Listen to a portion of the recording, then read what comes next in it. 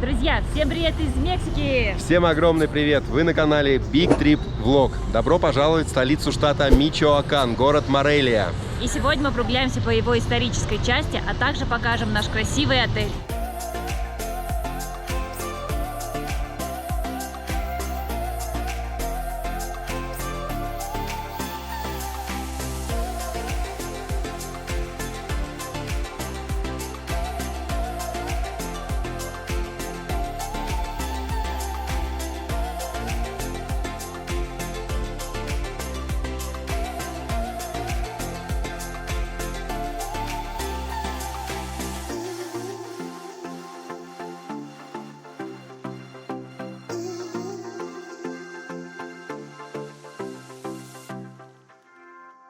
Мы приехали в новый город, который называется Морелия.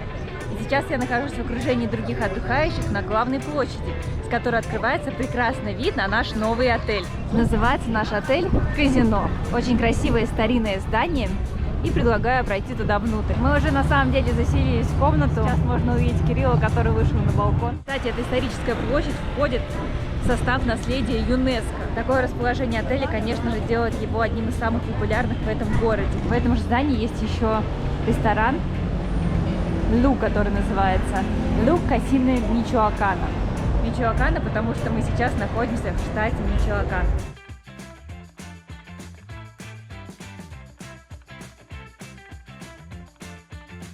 В отеле царит словно европейская обстановка. Очень много туристов из Европы, из Америки. Здесь находится ресепшн, где нас очень быстро зарегистрировали и показали наш номер.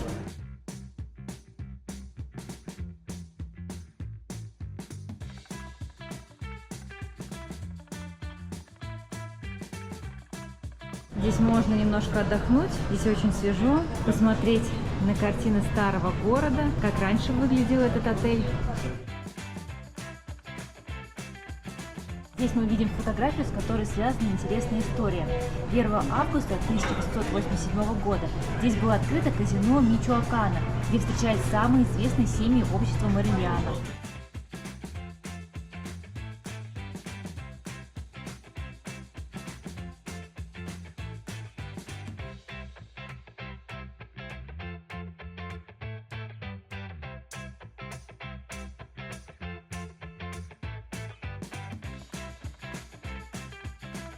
Отель украшает красивые картины, все сделано в колониальном стиле. И сейчас я хочу вам показать на первом этаже небольшой тренажерный зал. Здесь есть велосипед и дорожка.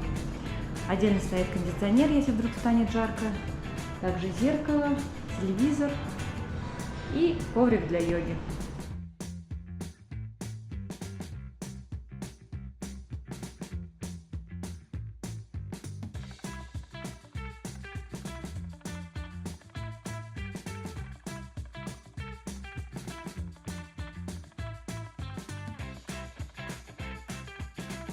На этом же этаже находится наша комната. Давайте пройдем и посмотрим ее. Тук-тук. Тук-тук, добро пожаловать. Давайте я вам покажу нашу небольшую, но красивую комнату. Так, что у нас здесь сразу есть? Сервант из интересного. Сервант для хранения вещей. Вот такое вот необычное решение. Сюда мы сложили наш багаж. Из наиболее стандартного это кровать с очень хорошим жестким матрасом. Есть у нас 2 светильника. Также кондиционер у нас напольный, между прочим. На кнопочку нажали, и все работает, все крутится. То есть, на самом деле, очень удобно. И таких у нас 2, с 2 сторон, соответственно. Очень красивое панно с такой керамической мозаики. Зеркало большое. Также в комнате есть небольшой телевизор, стол письменный. Можно здесь удобно расположиться, доставить ноутбук. Здесь мы видим кофеварку, кофе, который здесь также положили, чашечки, водичка. Здесь есть у нас гладильная доска вместе с утюгом. Также можно пользоваться. Давайте я вам покажу тот самый шикарный вид, который открывается с балкончика. Балкончик небольшой, рассчитан на 2 человек, но в принципе нас здесь как раз 2. Только посмотрите. Центр города, площадь. Но дома уже обозревало вам это место с улицы. Очень красивая панорама. Просто шикарная. Еще я вам не показал ванную комнату. Давайте заглянем туда.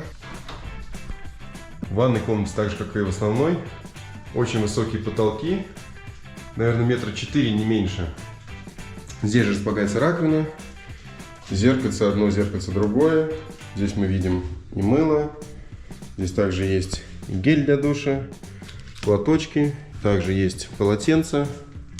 Ну, естественно, король ванной комнаты.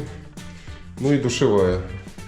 Душевая также комфортная, с тропическим душем.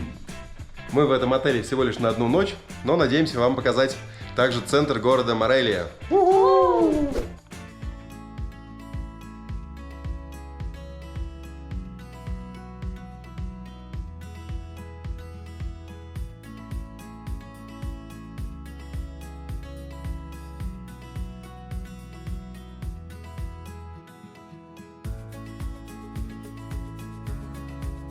Мы пришли в ресторан при отеле на завтрак, который у нас был включен в проживание. Мы заказали себе 2 блюда, и еще помимо этого нам принесли интересный кукурузный хлеб, который находится в початке от кукурузы. У меня на завтрак 2 яйца по-фермерски с рубленой сосиской, фасолью, лучком, а у Кирилла омлет чипотли.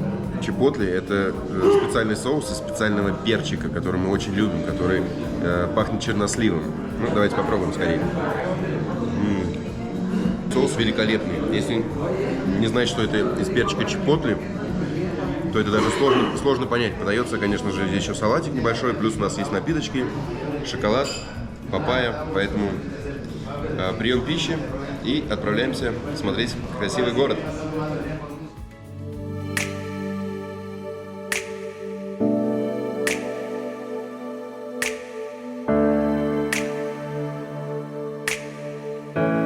Знакомство с городом Морелия мы начинаем с центральной площади.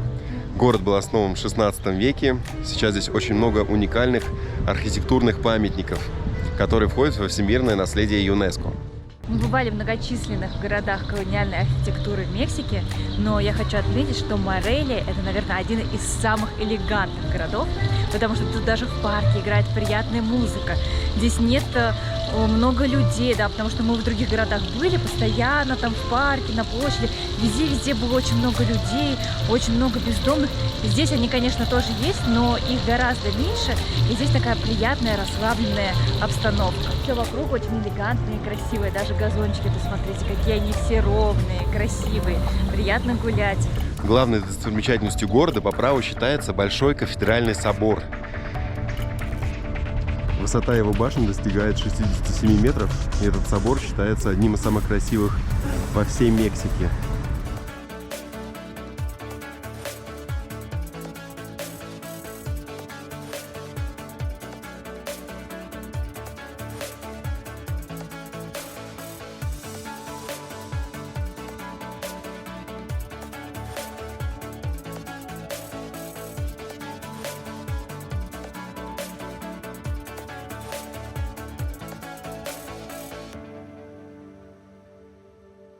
Сейчас мы вошли внутрь храма.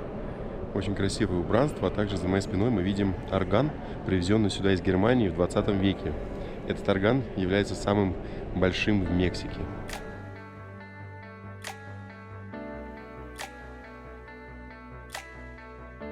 Этот собор также еще примечателен тем, что здесь по субботам проходит звуковое и световое шоу, после которого можно увидеть даже фейерверк. И говорят, организацией этого светового шоу занимаются те же люди, что и организацией подсветки у Эйфелевой башни в Париже.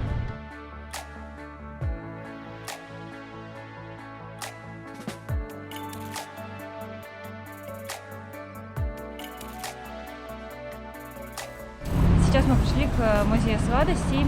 Стоимость входа 30 песо. И говорят, что будут включены дегустации каких-то интересных печений, бисквитов.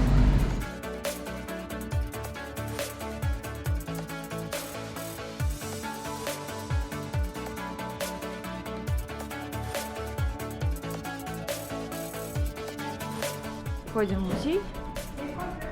Сейчас посмотрим, что здесь есть интересного.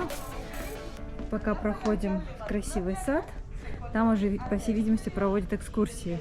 Pues ahorita se las cobramos. Al cabo son muchos, se cooperan entre ustedes. ¿De qué año son? Estas son de 1960. Muy bien, ahora como vemos la cajita se levantó, ¿cierto? Ya solo es cuestión de dejar reposar, bajar la caja, regresar la placa, sacar la hoja y recortar el empaque. Por ejemplo. Вначале встретила очень много людей, у которых была здесь экскурсия, но можно походить самим. Меня проводили в эту комнату. По всей видимости, основание города, очень много старинных фотографий. Bueno, pues buenas tardes o días. Buenas tardes.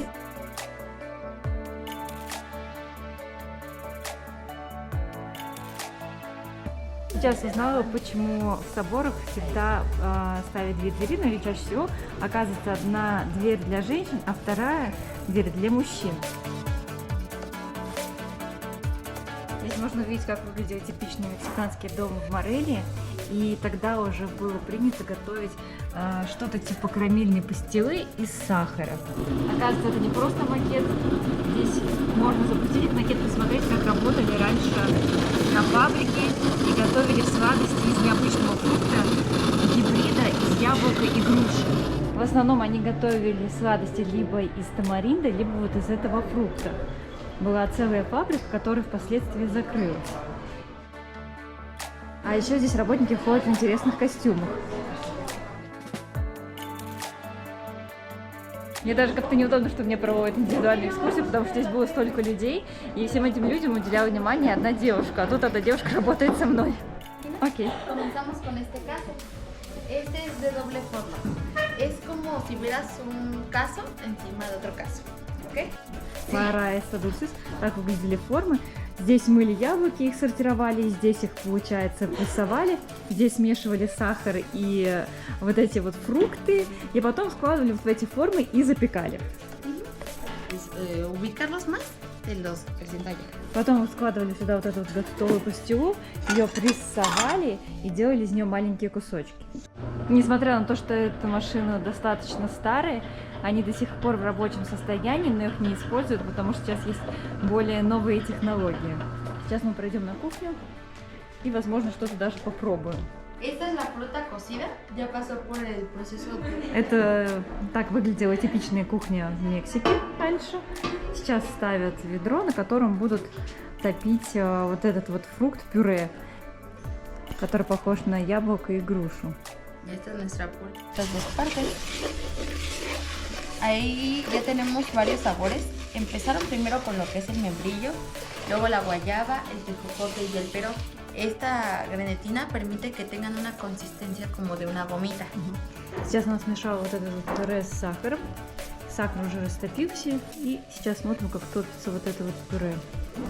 В итоге получается похожая пастила. Ее делают с различными вкусами. Также могут добавить клубнику, жемайку, разные вкусы. И здесь изображено 3 главных монумента этого города. Вообще обычно вот этот процесс занимает 6-7 часов, и потом еще сушат в течение суток. Экскурсия закончилась тем, что дали попробовать вот это вот пюре, но я на самом деле не особо люблю такое, но думаю, что Кириллу должно понравиться, поэтому я взяла с собой. Здесь, конечно, гораздо больше сладостей, которых можно попробовать. Приветики, приветики, ты соскучился, я принесла тебе сладости. Не поверишь, я это здесь давно уже дегустирую, потому что нахожусь в магазинчике, давайте я вам покажу. Но его. это горячие, я для тебя принесла. Горячие, а здесь уже прохладные. Ну, видимо, горячие, свеже сделаны, да. На самом деле здесь тоже вот магазинчик есть, и в нем очень много сладостей, различные пасты, орешки, конфетки, в общем, чего здесь только нет. Но и можно, конечно же, продегустировать. Даже напиточки можно продегустировать. А напиточки можно самим продегустировать? Да, на самом деле можно даже самим наливать. Я даже видел, как это делают. Да, то есть здесь есть мока и что-то еще, текила и что-то еще. Так, я только не знаю, с каким вкусом данная сладость. Вот ты поняла? Да. Я просто уже одну попробовал. Действительно, между яблоком и грушей, да, очень похожи. Такие мелкие-мелкие зерна, но достаточно вкусный джем.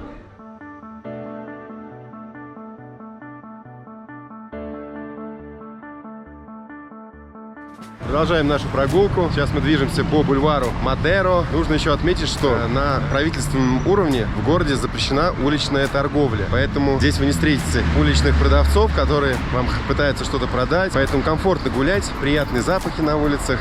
Сейчас мы подошли к еще одному символу города. Это красивый фонтан. Здесь мы видим 3 женщин, которые в руках держат большую фруктовую корзину.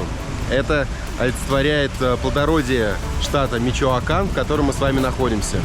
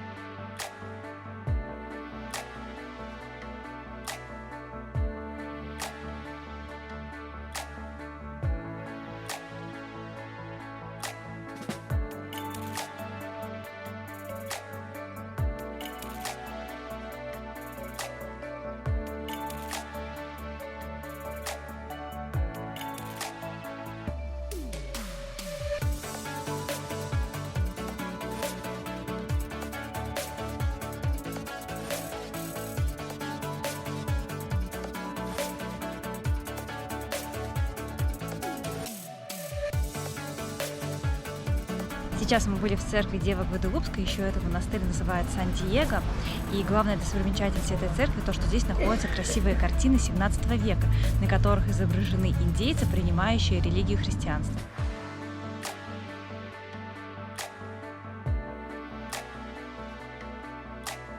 А еще очень необычно то, что в этой церкви находится календарь ацтеков, на котором изображена святая Дева Мария Гваделупе.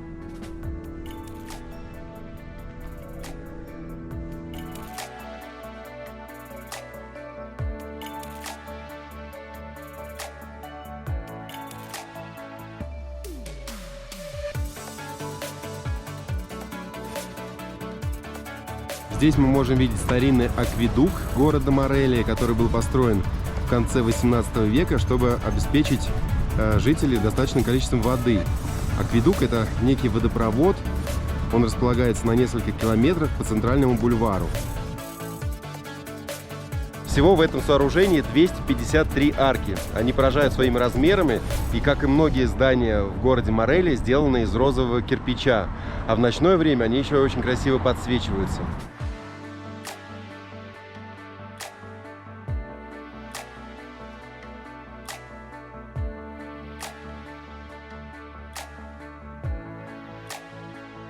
Сейчас мы на местной маршрутке, вернулись вновь к центру, заплатили 10 песо.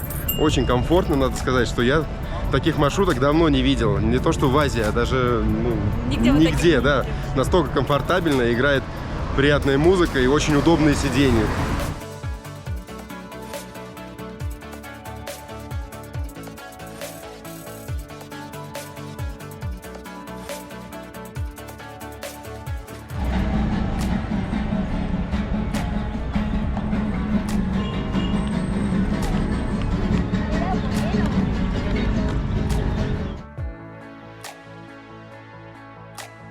Сейчас мы пешочком дошли до еще одного красивого места, которое называется Сад Роз, либо Розовый сад. Здесь действительно много красивых цветов, правда, совсем не розы.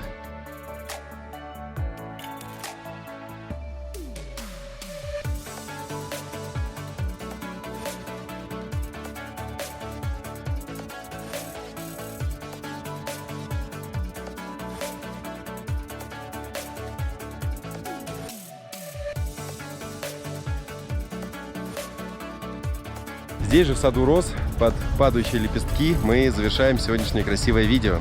У нас общее впечатление об этом городе самое положительное: чистый, красивый, изящный и элегантный. А еще в этом городе очень много молодежи, потому что здесь большое количество университетов. Причем многие из них коммерческие. И для Мексики коммерческие более престижные, чем государственные. Если вам понравилась наша сегодняшняя прогулка, наш выпуск, то обязательно ставьте лайк, друзья, не жалейте. Пишите комментарии и всем до новых встреч. Всем пока! Всем пока, скоро увидимся!